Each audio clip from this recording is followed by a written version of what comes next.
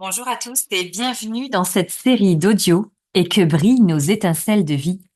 Je suis Carole, professeure de yoga, praticienne et enseignante en Reiki Usui, et je vous propose une série d'audio également disponible en article sur mon blog sur le site moonshaktiyoga.fr.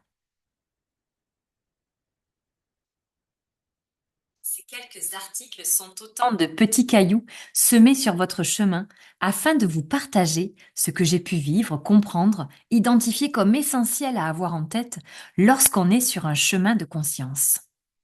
En espérant que ces quelques idées nourriront votre chemin d'amour et de lumière et vous aideront à avancer dans votre processus d'alignement et de retour à votre unité et votre sécurité intérieure.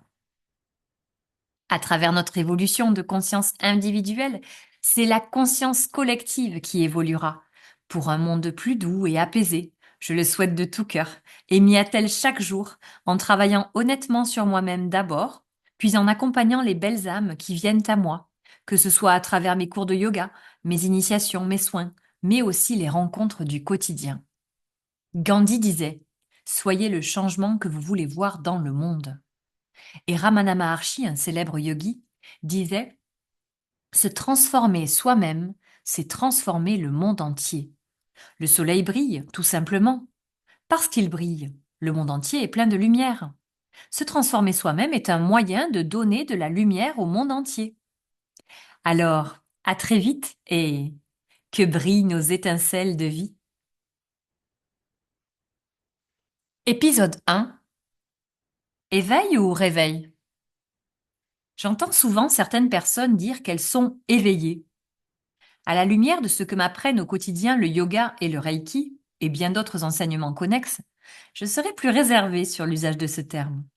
J'emploierai davantage le terme réveil pour décrire le moment de notre existence où quelque chose, quelqu'un vient, tel un fulgurant éclair, réveiller une part de nous jusque-là endormie. Ce moment à partir duquel se transforme et souvent s'amplifient nos perceptions, nos ressentis, ouvrant une brèche vers un retour à nous-mêmes, à notre nature profonde, et nous donnant l'occasion de peu à peu nous réaligner avec ce pourquoi notre âme est venue s'incarner sur cette terre, ici et maintenant, dans ce lieu, dans cette famille, dans cette incarnation. L'éveil, quant à lui, que les textes yogiques appellent samadhi, on lira aussi nirvana dans le bouddhisme, est un état de plénitude que certains rares êtres atteignent. C'est un état caractérisé par une fréquence vibratoire la plus élevée qu'un être humain puisse expérimenter, un état de grâce où l'être est sorti de l'ignorance, ayant transcendé l'intellect, la dualité, et habité par l'énergie suprême d'amour et de compassion, détaché de son corps, simple corps de chair, où le temps et l'espace ne sont plus, ne faisant qu'un, avec la conscience universelle, c'est l'état de yoga, qui signifie unité. Comment alors parvenir à s'approprier un état que si peu de personnes vivent ou ont vécu, généralement après une vie de dévotion et d'ascèse qui plus est? Ce n'est certainement pas pour rien que le samadhi est la huitième et dernière branche du yoga, selon Patanjali et ses Yoga Sutras, comme la finalité de la voie du yoga que certains d'entre nous choisissent, de manière plus ou moins engagée. Alors, simple abus de langage certainement, dans cette époque où de nombreux êtres se réveillent d'un long sommeil, la distinction que je souligne ici n'est peut-être pas si importante pour certains, me direz-vous. Et l'on pourrait parler du processus d'éveil, ou ce chemin spirituel que chacun parcourt à son rythme vers une vie toujours plus en conscience.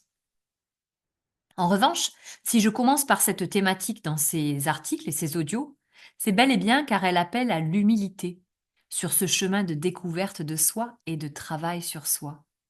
Cette distinction rappelle que l'objectif de tout cela n'est pas de pouvoir vivre l'éveil ou se dire éveillé. L'essentiel est, en toute humilité, de cheminer en conscience vers un alignement à notre essence, à notre âme. Alors oui, éveillons-nous chaque jour davantage à la magie, à la beauté de la vie, à l'instant présent, à la présence de quelque chose d'invisible et qui nous dépasse, qui nous relie et qui nous guide. Et cultivons quotidiennement cette présence à soi et à l'univers et au mystère de la vie. Et ne vous y trompez pas, ce réveil n'est que le début de quelque chose, non une fin en soi. Et s'engager dans cette voie vers laquelle bien souvent un appel irrésistible nous a conduits nécessitera résilience, persévérance. Plongeons dans nos zones d'ombre et nos blessures, parfois profondes, pour libérer nos cœurs et accéder à l'énergie d'amour.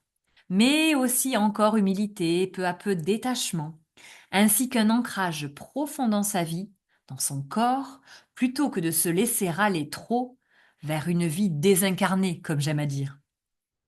Cap donc sur une spiritualité et une vie en conscience pleinement incarnée. Je vous dis à très bientôt pour un prochain épisode et, en attendant, que brillent nos étincelles de vie.